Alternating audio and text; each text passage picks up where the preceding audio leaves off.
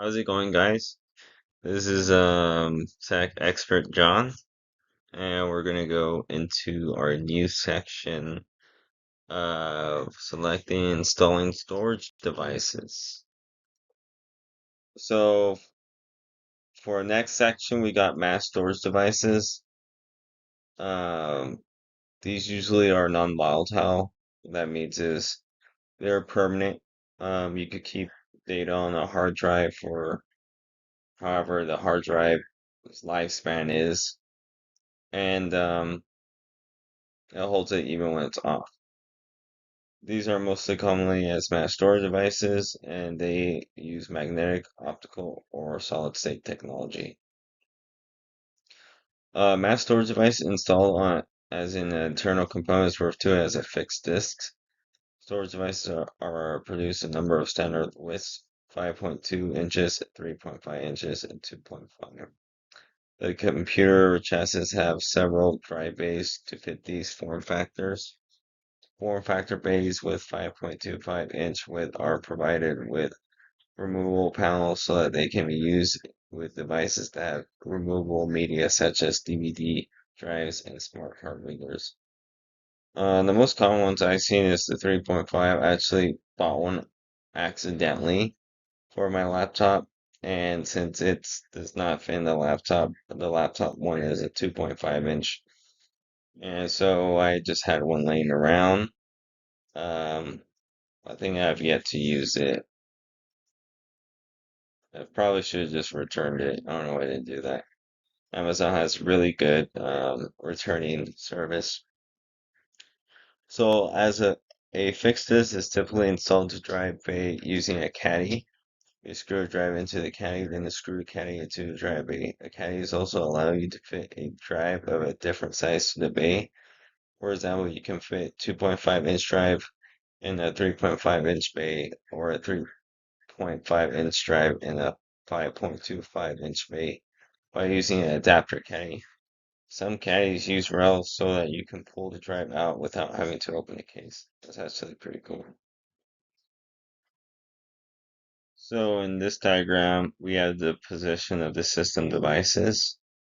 We can see the drive bay all on the front side. You got the lower for hard drives and the top for optical drives. External storage devices are usually used for backup data transfer or to provide a drive type not available as an internal unit. A device such as external hard drive would typically be connected to a computer via a USB or Thunderbolt port. You can see in the diagram, computer tower with main panel removed, showing an attached motherboard areas for optical drives. And we got all four of these there. So when choosing a storage device, it should be known of three factors: its reliability, its performance, and its use. As for the reliability, this considers both the risk of a total device failure and the risk of partial data corruption. Reliability and expected lifespan are rated by various statistics that are different to each for each technology type. As well as performance, I mean that's a pretty big one for me. Also reliability, I guess. But usually, if you want to be gaming, you probably want something more faster. And most of the fast stuff does come with quality control.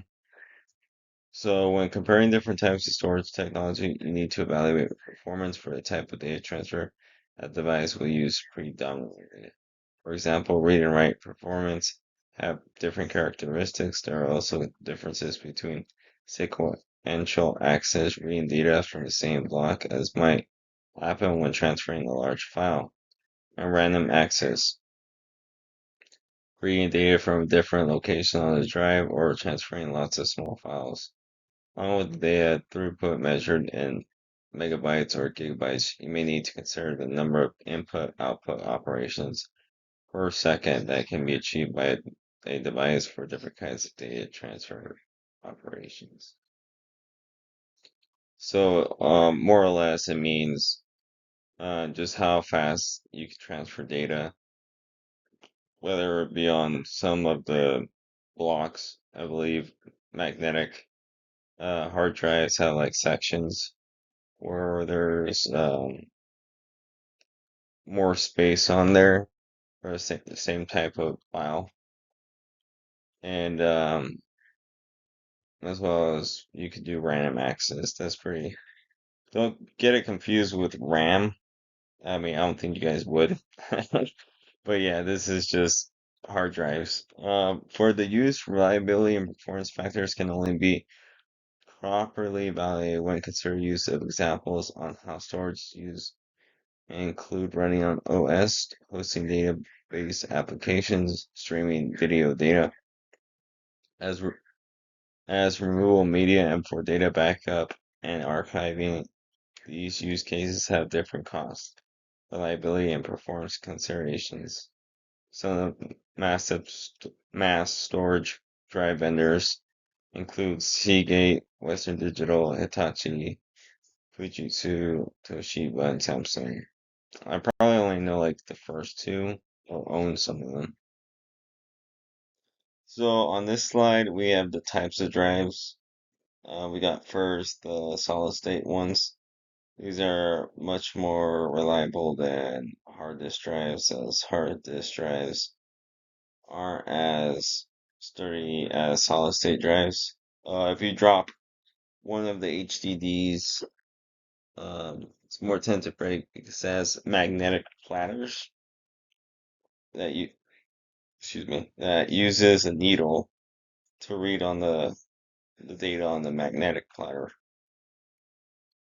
For solid state drives, it uses flash memory and is performs much better than mechanical components used in hard disk drives, especially in terms of read performance. Risk from total failure of the device due to mechanical shock and wear are generally lower. Cost per gigabyte have fallen rapidly in the last few years. That is true. I've seen what was it, like 1 terabyte, or I think it was 2 terabytes of data on a hard drive for a HDD was the almost equivalent to the price of a 500 gigabyte solid state drive. It's almost like 2 times or 4 times the price of what you're getting. Depends on your use case. If you're like wanting a game, having a solid state drive is a must because or else you just get stutters. But if you even if like you're gaming like old games, like I don't know, I guess um say like Fallout 3 or anything prior to 2010s, you should be fine with a hard disk drive. We did talk about it, but let's see. The platters are mounted on a spindle and spun at high speed. Each side of the platter is divided into singular tracks. Track contains several track sectors, each with a capacity of 512 bytes. This low-level formatting is also referred to as the drive geometry. Seems like my camera's getting away. So in our next slide, we have solid state drives. It's just more information about what we read about it. Flash chips are also susceptible to type of degradation over the course of many operations. Drive firmware OS use wear leveling routines that evenly distribute writing on all blocks of an SSD to optimize the life of the device. As for the figure, we have a 2.5 form factor solid state drive with the SATA interface and with the small caption. SSDs normally outperform HDDs, but there are situations where they can perform worse than HDD while serving multiple gigabyte file sizes, for example. Okay, interesting. The NOT and the NAND flash memory used in SSDs comes in different types. Single level cell SLC is more reliable and more expensive than multi-level cell types. Interesting. Next, we get more into SSDs. We got mSATA.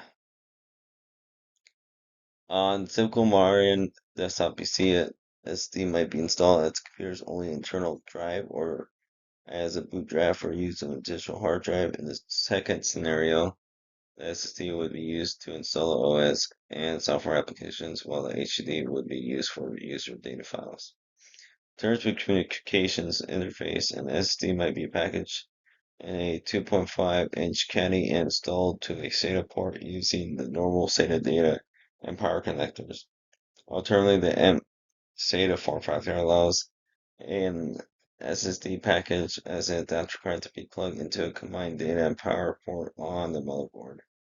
Both form factors, the main drawback is that the 600 Mbps SATA inference can be bottlenecked to the best performing SSDs, which can achieve transfer rates up to 6.7. You can see has a SATA connection. I believe one's for power and the other one's for data. Also continued. Consequently, modern SSDs often use the PCI Express bus directly. I got kind of confused by the last slide. It kind of looked like it would go into a PCI, but it did mention that it did go into SATA, so that's out of the question. Where SATA uses the Advanced Host Controller Interface AHCI logical interface to communicate with the bus. PCIe-based SSDs use the non-volatile memory host control interface specification, or NVM HCI, NVM Express. The NVMe SSD can be packaged for installation to a PCI slot as an expansion card or an M.2 slot. The M.2 adapter card form factor is considered smaller than the PCI adapter and orienting horizontally rather than vertically. So the interface is often used on laptops as well as PC motherboards. M.2 supplies power with the bus, so there's no need for a separate power cable. M.2 adapters can be different widths and lengths, so you could check that any given adapter will fit on your motherboard. Labels indicate the adapter sizes supported. For example, an M.2 2280 adapter is 22 millimeters wide and 8 millimeters long. Interesting enough, I actually had one installed recently. I would say recently. Seemed like it was, but it was an M.2, and I still might have the case around. But let me show you guys. So here I got it right here. You guys can barely see. I'm so sorry. I got a 990 Evo. Um, reads up to 5 gigabyte. We can see it's 4.0x2 or a 5.0x2, which is what we're looking at. So we got 990, so doesn't really hold the same naming convention unless I'm missing something. I'm probably missing something. Evo must mean is something else unless it's like a 9 millimeter wide and 90 millimeter long. Could mean that. It was kind of small, so that might be it actually. And yeah, I just got it on Amazon. Just an example of it. M.2 physical form factor, you can obtain M.2 SSDs that use the SATA or AHCI bus. These will typically not perform as well as NVMe-based M.2 SSDs. On the motherboard, an M.2 socket may be available to support both types of drive or only one. Check the documentation. SATA interface SSDs are usually B keyed. 2-lane PCI SSDs are usually BMN keyed, and 4-lane SSDs are usually M keyed. So for the SATA interface, they are B keyed. Those B and M keyed. SSDs are vulnerable to ESD. Always take anti-ESD precautions when handling and storing these devices. Yeah, so always have your wrist and ground yourself to your table, or you can just work with a wood table. If you do have carpet, you probably still want to use the wrist wrap in a mat. That way you don't accidentally shock when you're doing a replacement or just an upgrade. We got our hard disk drives, more for further detail. See, we got our diagram that shows the components of it. This technology means that the performance HDD is determined by speed, which the spins measure in RPM. The high performance drives are rated at 15,000, 10,000. Average performance is 7,000 or 5,400. RPM is one factor determining access time measured in milliseconds. Access time is usually a multi-metric time frame that includes both access and seek time and encompasses the total time for a computer to read and write required data, whereas access time is the delay as the read-write head locates a particular track position. Seek time and the time it takes. Oh, seek time is the time it takes to move from one point to a point at which the data resides. High performance drive will have an access time between 3 milliseconds, and typical drive might have an access time of around 6 milliseconds. As we got, I believe, oh, okay, it's just more continued. The internal transfer rate or data disk transfer rate of a drive is measured at how fast read-write operations are performed on disk drivers. 15,000 should support an internal transfer rate up to about 180 megabytes per second, which 7,200 drives will also be around 110 megabytes per second. So it doesn't really out different. I guess it goes up very slowly. I mean, it's only 7 megabytes. Most HDDs use a SATA interface, though you might come across single C devices using EIEDE, PATA, or SCSI interfaces. There are two main form factors for HDDs. The mainstream type used in desktop PCs are Core 3.5 inch units, and the 2.5 inch form factor is used for laptops and portable external hard drives. Devices with 2.5 inch form factors can also vary in height, with 15 millimeters down to 5 millimeters form factor available. So here we have our infamous raid, or I guess our famous raid. Not infamous. I don't think it's caused any harm to people. Um, which is stands for redundant array of independent disks. Whereas the system files required to run the OS or data files generated by users, an HDD or SSD stores critical data. If it fails, then system will crash and data will be lost, and you have no way to back it up. To mitigate these risks, the disks that underpin the mass storage system can be provisioned as RAID.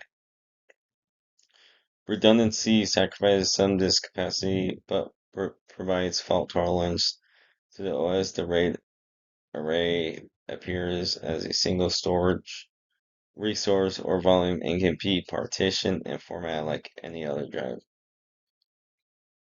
Oh, okay. So array can also stand for redundant array of inexpensive disks. That's funny. And the D can also stand for devices. Interesting.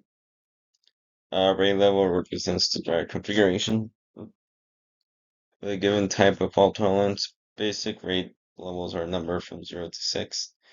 There is also nested RAID solutions such as RAID 10, which is RAID 1 plus RAID 0. Here we have more information about RAID. There could be software and a hardware RAID. The hardware uses a dedicated controller and installed as an adapter card. The RAID disks are connected to SATA ports on the RAID controller adapter card rather than to the motherboard. Hardware solutions are principally differentiated by their support for a range of RAID levels. Entry-level controllers might support only RAID 0 and 1, whereas mid-level controls might add support for 5 and 10. In addition, hardware RAID is often able to hot swap a damaged disk. Hot swap means that failed device can be replaced without shutting down the OS. That's pretty cool, actually. So we get more into detail about which one is which, but usually the 0 means I believe it's redundant. I think it's striped, and then 1 is mirrored. Unless I'm wrong, I could be wrong. I'm getting them mixed up. So yeah, it looks like we have either a 1 or a 0. We have two of these, and this was not hot swap, and they both carry the same amount of file size, which you will need if you want to use it. Okay, RAID 0 is stripping, so I was right. When implementing RAID, it is important to select the RAID level. Factors influence decision include the required level of fault tolerance, read-write performance characteristics, required capacity, and cost. Oh yeah, when building, I guess I just mentioned, the disk should be normally identical in terms of capacity and in type and performance. So that's three things, not just the size. If disks are different sizes, the size of the smallest disk in the barrel determines the maximum amount of space that can be used on the larger drives.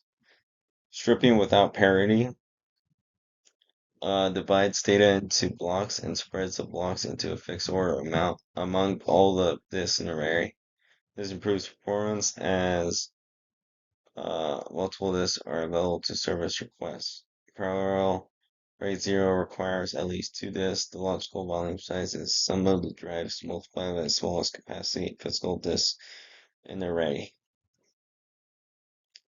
However, it provides no redundancy at all. If a physical disk in the array fails, the whole logical volume will fail, causing the computer to crash and requiring data to be curved from a backup. Consequently, RAID 0 only has specialist uses typically as some type of non-critical cache store.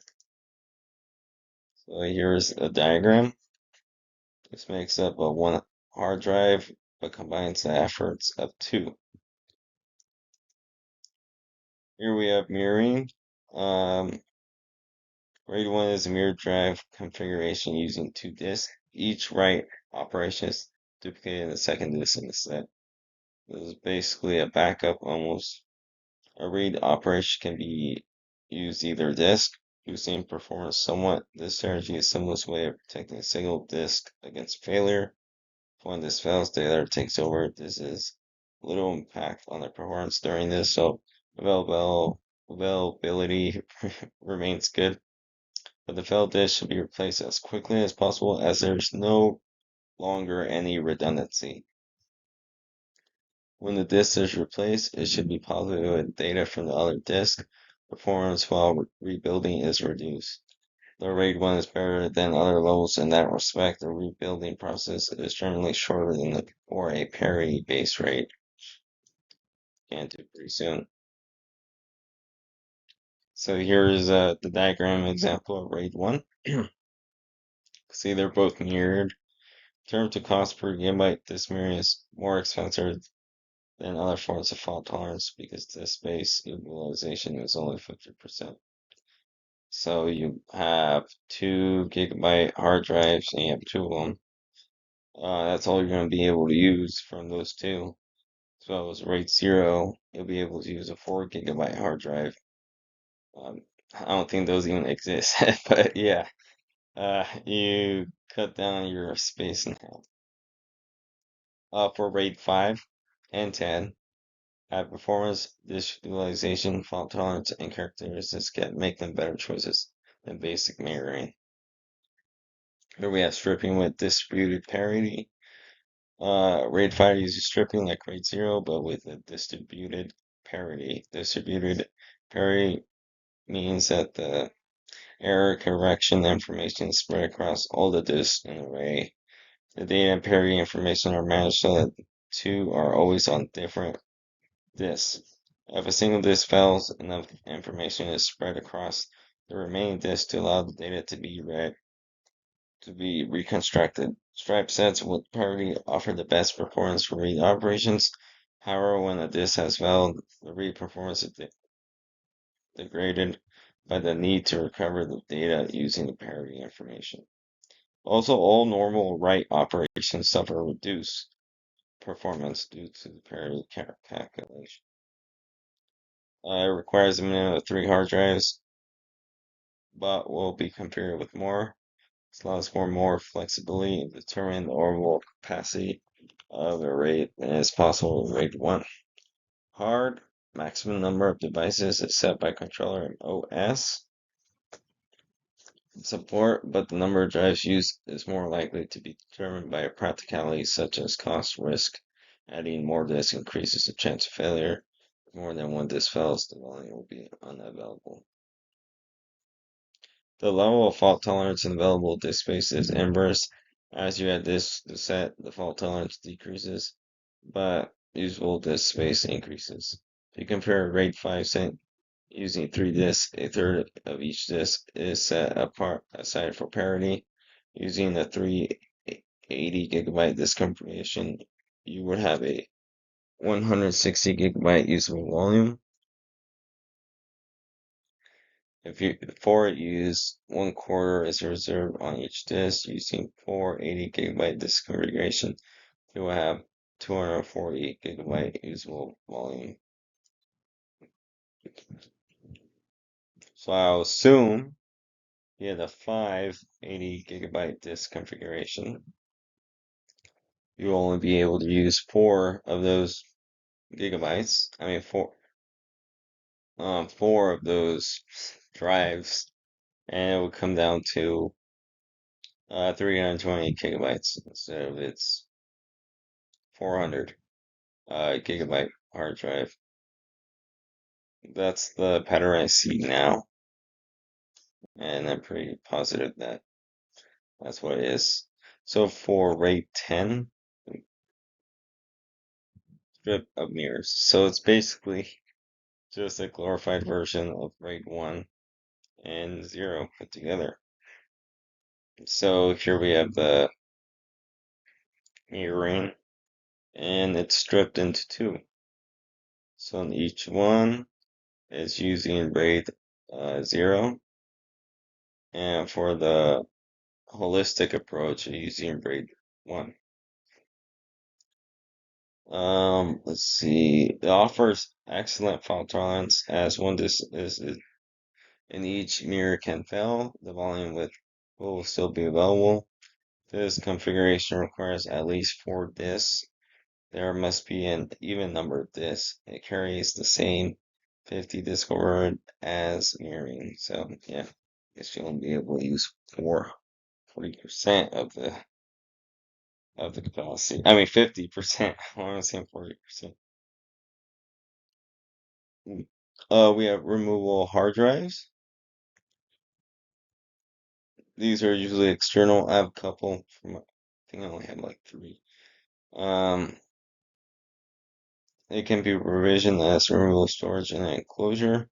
The enclosure provides a data interface, usually through micro USB, Thunderbolt, or eSATA, or just USB for the other end. This one looks like it's USB Type-C. Power connector, or Thunderbolt actually, and protection for the disk. There are other types. We got flash drives and SD cards. SD cards is a long time since I used one, since I don't have any camera anymore.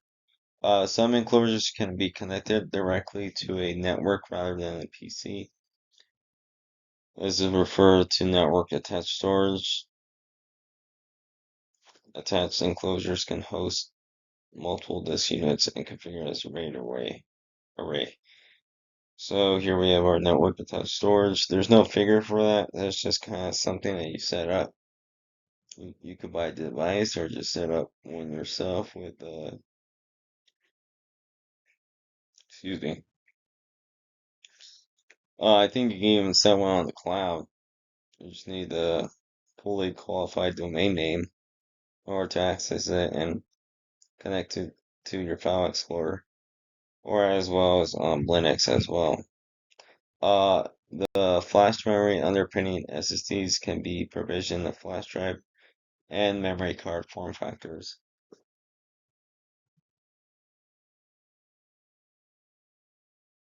Okay, so far our memory cards continue, um, mostly used for digital imaging products, so video cameras, and also to expand smartphone and tablet storage. A PC can be fitted with memory card reader device. They are usually designed to fit a front-facing drive bay. The reader then needs to be connected to a USB controller. Most motherboards have at least one spare USB header for making internal connections. Alternatively, the reader may come with an expansion card. Excuse me. There are several proprietary types of memory card, each which also have different sizes and performance ratings. Most memory card readers work with multiple card types. As an example, secure digital cards are available in three capacity variants. Original SDs have a 2 GB maximum capacity, whereas a secure digital high capacity is up to 32 gigabytes, and a SDXC extreme capacity, I guess that's what it stands for, is up to 2 terabytes. There are also four speed variants. The original specifications up to 25 megabytes. UHS allows up to 108 megabytes. Man, that's really low. UHS 2 is rated up to 156 megabytes full duplex or 312 half duplex. While UHS 3 specifies two full duplex rates of 312 megabytes or 624 megabytes FD 624. The smaller form factor, micro SD and micro SDHC and micro SDHC cards are also available. That's amazing. The smaller form factors can be used with regular size using a caddy to hold the card. Yeah, I wish I had one, but yeah, basically, I think some of them even are able to be used on USBs as well. I have a 3D printer that had one that came with it, and I just have this micro SD that I have to plug into my USB in order for me to load up some files to print. And thanks for watching. I hope you guys had a good one. Uh, just trying to go to the next slide, but it looks like I'm just gonna have to end it here.